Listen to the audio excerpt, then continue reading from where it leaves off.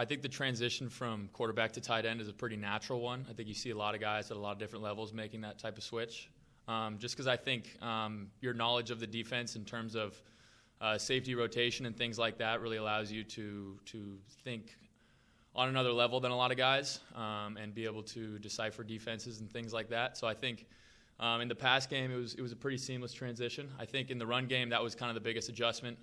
Getting used to contact. You play your whole life at quarterback. You got the gold jersey on, so you're not really used to clanging and banging. So I think that was definitely the biggest learning curve. But once I learned that I enjoy and welcome contact, it was kind of pretty simple from there. So yeah, I think we have a really diverse tight end room. I think obviously you got a really experienced guy in Josh who is just. In terms of versatility, when we're in 11 personnel with Josh out there, it's really like 10 personnel.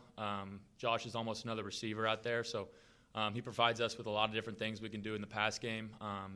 And then you got a guy like Winston who had a kind of a crazy journey here too with injuries and stuff like that, and he's kind of proven to be a force in the run game. And then Ian Simpson too, who last year had a great year until he got hurt, and once he gets back, he's just a really good all-around tight end. I think we got some really good young guys that are coming up that do a really good job of just kind of being sponges and learning from the older guys. And I think that's kind of what I'm doing too, just kind of as I'm new to the position, I think just learning from everybody and just taking different techniques. And because I think everybody has their strengths, but I think we as a room are really a really good cohesive unit. I think we work well together. I think we're all just trying to make each other better. We got a lot of returners on defense, so I feel like at the start of this fall camp, we just hit the ground running. The chemistry's there. We trust each other. And it makes it a lot easier for these new linebackers that we have coming in Blake and David to just learn the defense and feel comfortable in what they're doing because the communication is there, and it makes it a lot easier for them to learn what we're doing and what to do. The defensive unit, we pride ourselves on being the most physical unit on the team and on the field, and we got to stop the run. That's our main focus. If you can take that offense and make it one-dimensional, it's really easy to know what they're going to do. If they can't run the ball, it's going to be a long day for them. I think Coach Plough has done a good job of kind of expressing to us that it's not about it's not about week 6, it's not about week 8, it's not about the teams we play. It's all about how we play every week. So week in, week out, obviously you got to prepare for every opponent a little bit differently, but at the end of the day, a team is going to have to come in and beat us. We're never going to beat ourselves. We're going to play our game, and as long as we play our best game, I think we got a really good shot in every game. So yeah. And then to just go off of just staying healthy, I think our staff here does a great job of load management and tracking our numbers and just knowing where our bodies are at physically and knowing like the load we can take. I'm excited at just the attention to detail and the effort that the guys are showing on a daily basis. We're throwing a lot at them from an installation standpoint, and you can see, both sides of offense, defense kind of have their moments, and then what Coach Jackson is doing on special teams and bringing this group together. It's been good to see early on. Tomorrow will be our first full padded practice, so we'll get some live tackling and some things in there. I know guys are excited about that. So like we've been talking about, it's a slow build. You're trying to slowly build up through camp with reps and how much time we're spending out there. And tomorrow will definitely be the first full day, if you will, of football. So it'll be good to test them and see where we're at.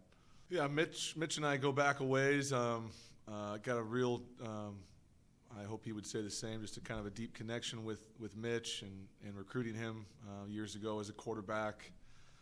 What makes him a unique person is just how he treats people. He's got a way about him where he's kind of like a magnet. A lot of people look to him for leadership and his positivity and just how he looks at life.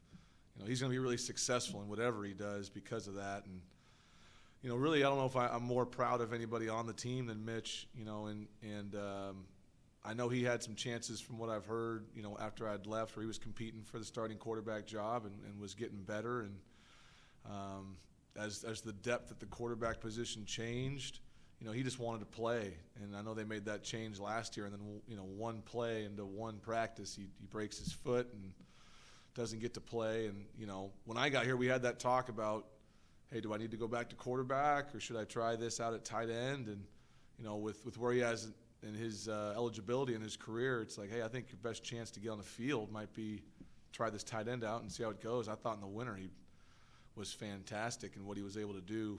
I overheard what he was talking about, just about the physicality. That's going to be the first question is, can he get in there and move some guys and take the banging that takes that position. And he's welcomed it. I think he's a great addition to that room. And he's on our leadership council for a reason. He got selected by his teammates because of who he is as a leader. So I expect him to definitely turn some heads this year and to make some plays on the field. But his greatest impact on this team, and I'm sure in teams in the future for him, is just going to be his impact away from the field and just how he leads people. So very proud of Mitch. Yeah, there is no question. This is obviously I'm biased, but the deepest, best conference in the country. And on a week-in, week-out basis, you're going to see some great players, really elite coaching, and that's even as a younger guy when I was coaching in this conference, you could really see there are a lot of those coaches in their late 20s and their 30s, and they're trying to make a name for themselves too, and so they're really pushing themselves schematically to a place that's really unique. And so every week, if you're a defensive coordinator in this conference, you got to defend 7, 8, 9 different styles of offenses, all really good. If you're a offensive coordinator, same thing, a bunch of hungry defensive minds that do things a lot differently, and just the leadership in the conference from the top down, from guys that have been in the conference a long time, like Coach Hauk and Barney and those guys. I mean, they've been at it for a while, and they've been doing it at a successful rate for a long time. So very honored for Davis. We know we're an affiliate in the conference, and it's important for us to be able to be in that football conference and hope that we can represent it well every week. That's our goal.